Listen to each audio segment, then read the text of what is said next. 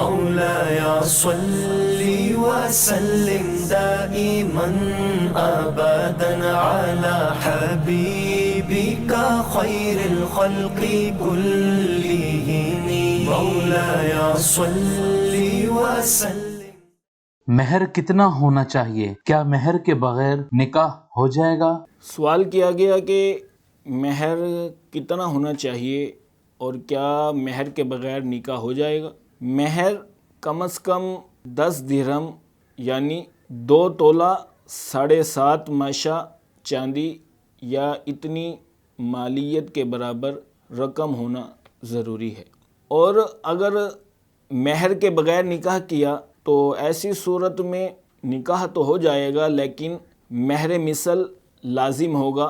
اور مہر مثل سے مراد یہ ہے کہ اس لڑکی کے خاندان میں اس کی چاچی کی بیٹی یا اس کی پھوپھی کی بیٹی کو جتنا مہر دیا گیا اتنا ہی مہر دینا لازم ہوگا. کیا وہ نکاح جائز ہے جس میں مہر دینے کی نیت نہ ہو؟ سوال کیا گیا کہ کیا وہ نکاح جائز ہے کہ جس میں مہر دینے کی نیت نہ ہو؟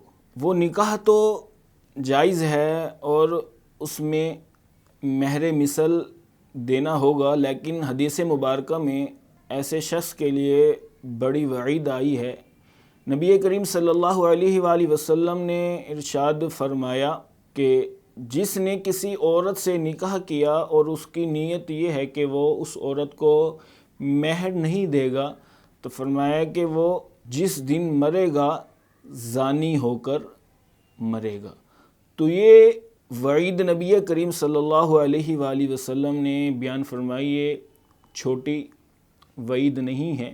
تو اس لیے اگر کوئی کسی عورت سے نکاح کرتا ہے تو اس پر لازم اور ضروری ہے کہ وہ اس کا مہر ادا کرے.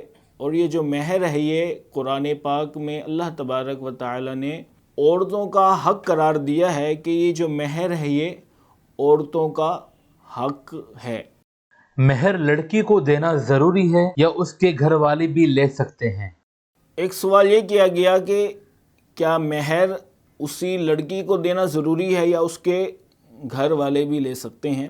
اس کے بارے میں شرعی حکم یہ ہے کہ جس لڑکی کا نکاح ہوا ہے مہر اس کا حق ہے اور وہی مہر لے گی، اس کے گھر والوں میں سے کوئی اس کا مہر نہیں لے سکتا اور نہ ہی اس پر کوئی زبردستی کر سکتا ہے اور نہ ہی زبردستی اس سے مہر معاف کروایا جا سکتا ہے.